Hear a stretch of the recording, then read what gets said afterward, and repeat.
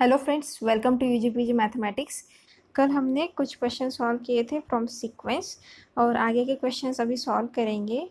और कल कुछ स्टूडेंट ने कमेंट करके बोला था कि मैम बहुत ही सिंपल क्वेश्चंस है, तो आज थोड़ा डिफ़िकल्टी लेवल उसका बढ़ा दिया है और ऐसे क्वेश्चंस ऐड कर दिए हैं मैंने। और ऐसे ही आप कमेंट करते रहिए तो हम इस वीडियो को और भी ज़्यादा इम्प्रूव कर सकते हैं। सो अगर आपको वीडियो अच्छा लगे तो लाइक भी कर दीजिए। Now let us solve the next one. तो हम ट्राई कर रहे हैं कि हम सारे के सारे सीक्वेंस में जितने क्वेश्चंस बन सकते हैं उतने सॉल्व करें। So let us start with the first question.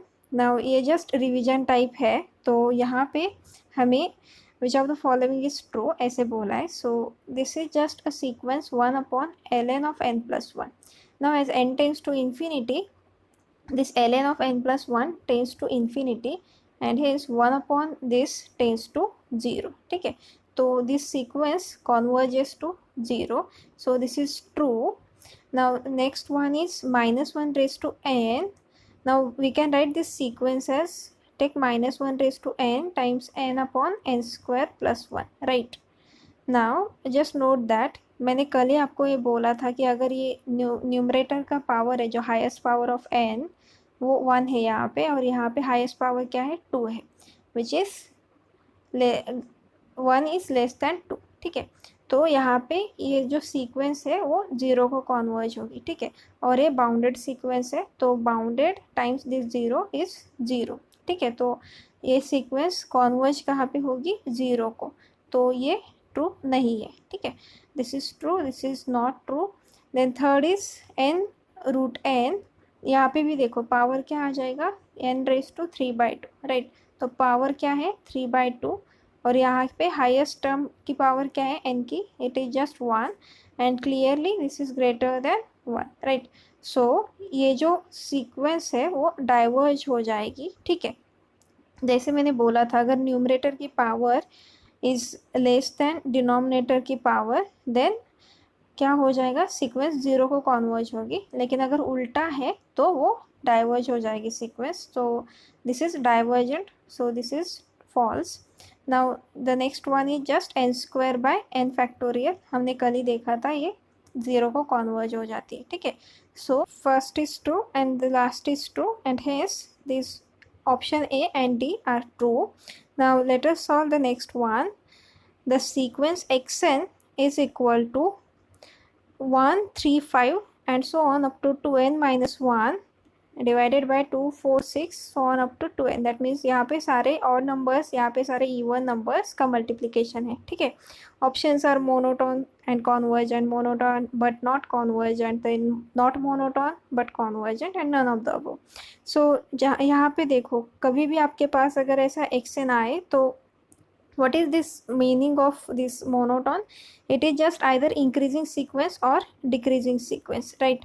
तो देखो इंक्रीजिंग यहाँ पे अगर हम देखें तो xn+1 we can write this as 1, 3, 5 and so on times यहाँ पे क्या करना है 2n-1, सिर्फ आप n को n+1 से रिप्लेस कर दो। सो हमें क्या मिल जाएगा यहाँ पे देखो 2n+2-1 ऐसा कर दिया तो क्या मिलेगा 2n+1, right? Divided by 2, 4, 6 and so on up to 2n और 2n+2, राइट? अब क्या करना है देखो यहाँ पे this quantity is just same as xn, है ना? तो हमें क्या मिल गया xn+1 is just same as xn times this 2n+1 divided by 2n+2, right? So we have xn+1 is equal to xn times 2n+1 divided by 2n+2, right? अब for any natural number n we have 2n+1 is less than 2n+2, right? अब क्या करते हैं divide by this greater number, तो हमें क्या मिलेगा 2n+2 is less than 2n+2 divided by 2n+2, so ये तो 1 हो जाएगा। So we have this quantity is less than 1, है ना? So from here we have this is just less than xn, right? क्योंकि ये number is less than 1. Right. तो हमें क्या मिला finally, xn plus 1 is less than xn, right. So here this sequence is a decreasing sequence, तो it is monotone sequence, right. तो ये sequence monotone है। अब देखना है ये कॉन्वर्जेंट है या नहीं है। तो इसके लिए now just note that this sequence is xn plus 1, ऐसा ट्रू हो रहा है फॉर ऑल n, है ना। तो सीक्वेंस डिक्रीजिंग है, मतलब x1 is greater then x2 is greater then x3, ऐसा है हमारे पास, राइट, एंड सो ऑन। तो sequence is decreasing and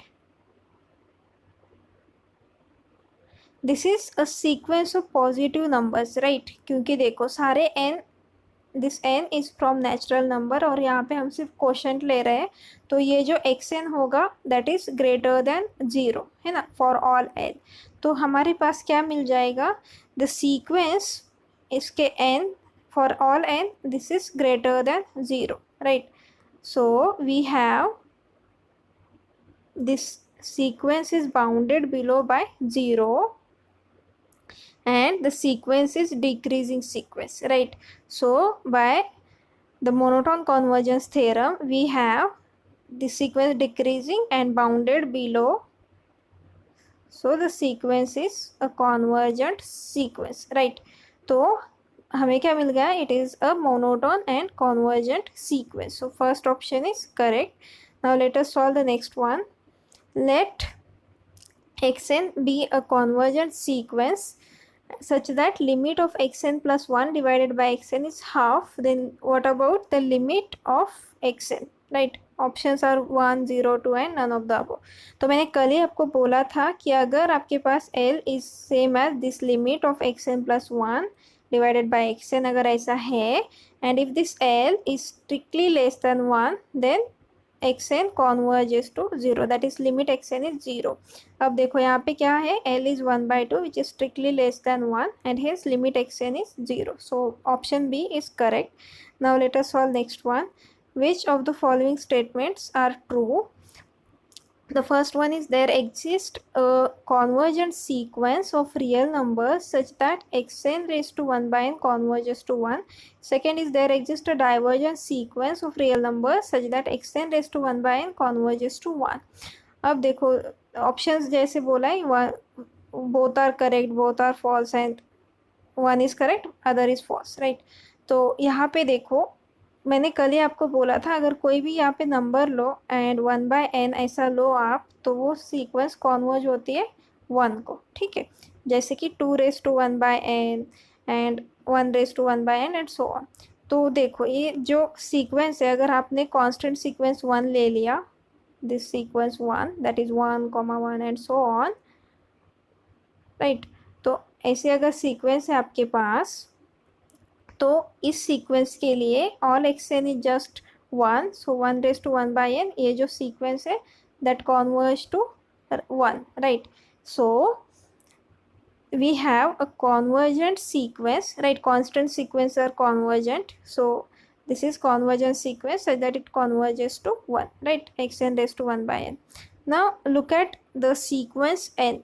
So xn is just the sequence n, और हमने कल ही देखा था n raised to 1/n, इसका लिमिट क्या आ जाता है, इट इज जस्ट 1, है ना। तो हमारे पास क्या है, a divergent sequence such that हमने अगर xn raised to 1/n ले लिया तो that converges to 1, so this is also true. अब देखो यहाँ पे देयर एग्जिस्ट बोला है, तो अगर एक भी सीक्वेंस, एक ही सीक्वेंस हमने निकाली, ऐसी कंडीशन सेटिस्फाई करता है वो, तो वी आर डन, राइट। तो यहाँ पे there exist such sequences and hence this both are true, so C option is correct. Now let us solve next one. Let x1 is equal to 1 and xn plus 1 is defined like its square root of 2 plus xn, ठीक है। तो इसको recurrently बोलते हैं, recurrence relation के through हम ये sequence define करते हैं ऐसे। तो it is monotone and convergent and ऐसे ऑप्शंस दिए हैं, ठीक है। अब देखो कभी भी आपके पास अगर ऐसा कुछ आए तो आपको बस ये करना है कि x1, तो पहले एक दो टर्म्स निकालो. So what is x2? x2 is 2 + 1, right. तो इसका क्या आएगा? √3, राइट. अभी एक बात याद रखो, √3 इज लेस देन 2. तो समहाउ अगर ये कॉन्वर्जेंट एंड मोनोटोन के बारे में ऐसा पूछा है तो आपको ये करना पड़ेगा कि वो डिक्रीजिंग है या इंक्रीजिंग है और बाउंडेड है क्या. ठीक है, तो ये सब क्यों चेक करना है? क्योंकि हमारे पास एक थ्योरम है called monotone convergence theorem, which is अगर आपके पास कोई सीक्वेंस है which is increasing and bounded above, ठीक है, तो ये सीक्वेंस कॉन्वर्ज होती है. एंड अगर आपके पास ऐसा है decreasing sequence and bounded below, वो भी सीक्वेंस कॉन्वर्ज होती है. ठीक है, लेकिन अगर ऐसा है कि इंक्रीजिंग सीक्वेंस है और बाउंडेड अबव नहीं है तो वो डाइवर्ज होती है. एंड डिक्रीजिंग सीक्वेंस है, बाउंडेड बिलो नहीं है, तो वो भी डाइवर्जेंट हो जाती है. ठीक है, suppose xn is less than 2 for all n and we prove that this xn plus 1 is less than 2. तो हमें xn by induction we have xn is bounded above by 2 ऐसा मिल जाएगा. ठीक है, तो यहाँ पे just note this, xn is less than 2, so add 2 on both the sides, so we get this is just equal to 4, take square root, so this is just same as xn plus 1 which is यहाँ पे less than है, it is just 2, है ना. तो हमें क्या मिल जाएगा? xn plus 1 is less then 2. तो हमने इंडक्शन से ये प्रूव कर दिया कि xn is bounded above by 2, है ना. तो बाउंडेड हो गया. अब क्या करना है? मोनोटोन है क्या नहीं वो चेक करना है. तो मोस्टली क्या होता है, वो मोनोटोन ही होता है, तो बस चेक करो. So for that xn plus 1, तो क्या प्रूव करना है हमें? Is xn is less equal this xn plus 1, या फिर ऐसा उल्टा है. ठीक है, x1 1 आ गया था, x2 इज √3, तो क्लियरली हमारे पास क्या है? x1 is less then x2, है ना. तो हम ऐसा गेस कर सकते हैं कि ये सीक्वेंस जो है वो इंक्रीजिंग सीक्वेंस है. ठीक है, तो इंक्रीजिंग सीक्वेंस के लिए हमें पहले क्या करना है? स्टेप 1 तो वेरीफाई हो गया. स्टेप 2 में क्या करते हैं हम? Suppose that xn plus 1 is greater than xn, ऐसा अज्यूम करते हैं और क्या प्रूव करेंगे? n plus 1 के लिए ट्रू है, that is xn plus 2 is greater than xn plus 1. ऐसा हमें show, we have to show this, right. So for this what is xn plus 2, it is just same as square root of 2 plus xn plus 1, है ना. Definition के हिसाब से हमने ये लिख दिया. अब क्या करना है? We have to prove that this is greater than xn plus 1, है ना. अब देखो हमने अज्यूम क्या किया था? Induction hypothesis was xn plus 1 is greater than xn, है ना. अब क्या करते हैं? ऐड 2 ऐड कर दिया तो और स्क्वायर रूट लेते हैं. So square root of this, now this 2 plus xn plus 1 is same as xn plus 2, है ना.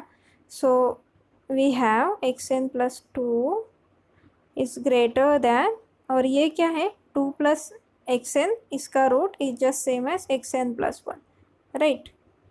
तो हमें क्या मिल गया? xn plus 2 is greater than xn plus 1 and therefore by induction this sequence xn is increasing sequence, है ना.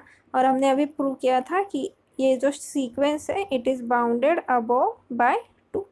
ठीक है, तो ये increasing and bounded above sequence हो जाएगी. So by monotone convergence theorem this is a convergent sequence. So monotone and convergent sequence. First option is correct. Now let us solve the next one. Take x1 is equal to 2 and xn plus 1 is equal to 1 plus square root of xn minus 1. ठीक है, और options भी ऐसे दिए हैं कि not monotone convergent, then monotone but not convergent, monotone and convergent and none of the above. ठीक है, तो आपको बस ये चेक करना है ये मोनोटोन है या नहीं है, कॉन्वर्जेंट है या नहीं है. तो यहाँ पे देखो x1 इज़ 2 तो जब भी आपके पास ऐसा रिकरेंस रिलेशन का कोई भी क्वेश्चन आए तो आपको एक 3-4 टर्म्स उसके चेक करने हैं. सो for this x1, first find x2. So x2 is just 1 plus square root of x1 minus 1, which is 2 minus 1, which is just 1 plus square root 1, which is 2, है ना. अब देखो this 2 is same as our x1, है ना. जो first term है that is also 2, x2 is also 2. That means ये दोनों टर्म सेम आ जाएंगे. तो अगर आपने x3 निकाला तो भी ये सेम ही प्रोसीजर फॉलो करेगा और यहाँ पे भी 2 आ जाएगा तो x3 भी 2 आ जाएगा. Similarly x4 is also 2 and so on, right. तो ये क्या हो जाएगी, सिर्फ कांस्टेंट सीक्वेंस है 2 2 2 एंड सो ऑन, है ना. So constant sequence is convergent and also note that whenever we have some constant sequence, यहाँ पे तो 2 2 है, we can write this 2 as 2 is less equal 2 is less equal and so on, है ना. तो basically हम क्या कर रहे हैं यहाँ पे, ऐसा ले रहे हैं xn is less equal xn plus 1, है ना, फॉर ऑल n. तो ऐसा भी लिख सकते हैं या फिर ऐसा भी लिख सकते हैं, क्योंकि जो 2 नंबर है हम 2 ग्रेटर इक्वल 2 और 2 लेस इक्वल 2 ऐसा भी लिख सकते हैं ना. सो दिस होल्ड्स, है ना. तो आप कोई भी कंडीशन यूज कर लो. This is monotone sequence, so this is monotone and convergent. So C option is the correct option. Now let us solve the next one. Let x1 is equal to 2 and xn plus 1 is equal to 2 plus xn, then it is convergent, divergent, bounded and none of the above. Clearly this is not bounded sequence, है ना. क्योंकि देखो अगर हम x2 निकाले तो क्या आ जाएगा, 2 plus 2 which is 4, then x3 is just add करना है 2 to the previous term, so it is 6, x3 is 6. तो बेसिकली ये सीक्वेंस क्या आ जाएगी, 2 4 6 8 10 एंड सो, है ना. तो this is clearly unbounded sequence, right. तो ये ऑप्शन गया. और क्या हो रहा है, इंक्रीजिंग सीक्वेंस है ना, 2 ऐड कर रहे हैं हम सारे जगह पे. तो यहाँ पे देखो by monotone convergence theorem this sequence is increasing and it is unbounded sequence. So it is a divergent sequence. So B option is correct. Now let us solve next one. Let x1 is equal to 1 and x2 equal to 1 and xn plus 1 is defined by xn plus xn minus 1. That means जो next term है वो previous 2 terms की addition है. And we have given this an is equal to xn plus 1 divided by xn. Ratio लिया है. So what is limit of an? ठीक है. तो देखो पहले तो यहाँ पे xn plus 1 is equal to जो एडिशन होती है प्रीवियस 2 टर्म्स की. तो यहाँ पे xn प्लस 1 मतलब देखो 1 1 ऐड करो तो ये तो हमें मिलेगा 2, ये दोनों ऐड करो मिलेगा 3, दोनों को ऐड किया तो 5, ऐड किया तो 8, उसके बाद 13 एंड सो ऑन. ठीक है. तो इस सीक्वेंस को बोलते हैं फिबोनाची सीक्वेंस और ये very important sequence है. Now we have to find the limit of this an, right. अब an को अगर हम ठीक से लिखे तो xn प्लस 1 को कैसे डिफाइन किया है, xn प्लस xn माइनस 1 और xn से इसको डिवाइड कर देना है तो xn xn. ठीक है. So an is just equal to 1 plus xn minus 1 divided by xn. तो इसको हम 1 upon xn this is divide by xn minus 1 ऐसा लिख सकते हैं, है ना. अब देखो this is just same as 1 plus 1 divided by. Now an कैसे डिफाइन किया है, देखो जो xn प्लस 1 है, n प्लस 1 ऊपर है, n नीचे है. यहाँ पे n ऊपर है, उसके बाद xn माइनस 1 है. ठीक है. तो जो बिगर नंबर यहाँ पे है उससे स्मॉलर देन 1 यहाँ पे है. तो इसका मतलब क्या आ जाएगा, ये an माइनस 1 है. ठीक है. तो हमें ये जो रिकरेंस रिलेशन क्या मिलेगा, an is just equal to 1 plus 1 divided by an minus 1. अभी इसका लिमिट फाइंड आउट करने के लिए जो हमारा मैंने अभी बोला था कि l पुट कर दो, तो वही सिंपल तरीका यूज़ करते हैं. So this is just equal to l equal to 1 plus 1 by l. अभी मैंने सिर्फ l क्यों लिखा है, देखो अगर an कॉन्वर्ज होती है सीक्वेंस किसी लिमिट को l, तो an माइनस 1 को भी l को कॉन्वर्ज ही होना पड़ेगा, क्योंकि जो ये जो सारे सीक्वेंसेस होते हैं आप उसको सब सीक्वेंस कंसिडर कर सकते हो, ठीक है। तो और अगर लिमिट एग्जिस्ट होता है तो सारे सब सीक्वेंस का लिमिट भी वही सेम होना चाहिए एल, तो this must converge to L. तो मैंने यही यूज़ किया है। अब इसको सॉल्व करेंगे तो this is just L square equal to L plus one, है ना। और अब हमने अभी देखा था कि L square minus L minus one equal to zero. इसका लिमिट क्या आया था, it is just one plus square root 5/2, है ना। क्योंकि यहाँ पे सारे पॉजिटिव टर्म्स है तो यहाँ पे जो माइनस था वो नहीं होगा, it is just one plus square root 5/2। So this B option is the correct option. Now let us solve next one. Let xn be a sequence of real numbers. If x to n converges to 1, x to n plus 1 converges to minus 1, then xn will converge to 1, divergent, converges to 0 and none of the above.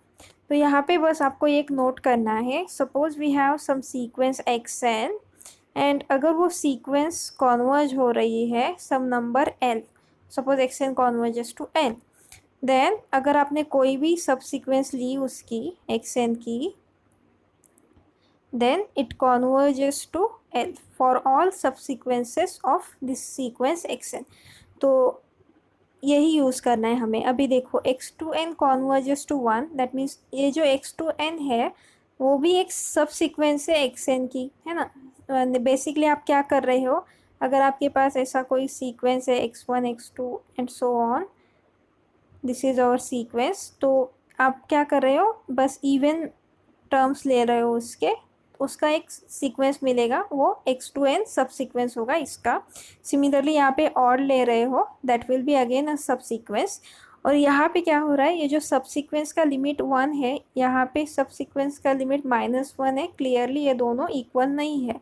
तो इसका meaning क्या है कि अगर आपके पास कोई भी सीक्वेंसेस है, अगर आपके पास दो ही है और दो सीक्वेंस आपको मिल जाएंगे, मतलब एटलीस्ट 2 सीक्वेंसेस मिल जाएंगे और उनका लिमिट इज़ नॉट सेम, ठीक है. तो यहाँ पे यही कंडीशन आ गई ना, 1 is not equal to -1. Limit अगर सेम नहीं है तो जो एक्सएन सीक्वेंस है वो डाइवर्ज हो जाएगी, x n diverges. So here the sequence x n is a divergent sequence. So B option is correct. Now let us solve the next one. Let xn be a unbounded sequence of non-zero real numbers, ठीक है. xn क्या है, non-zero है, of real numbers. So 1 by xn is defined, right? So this makes sense. Then xn must be convergent subsequence, must have convergent subsequence. Then 1 by xn must have convergent subsequence. xn cannot have convergent subsequence and 1 by xn cannot have convergent subsequence.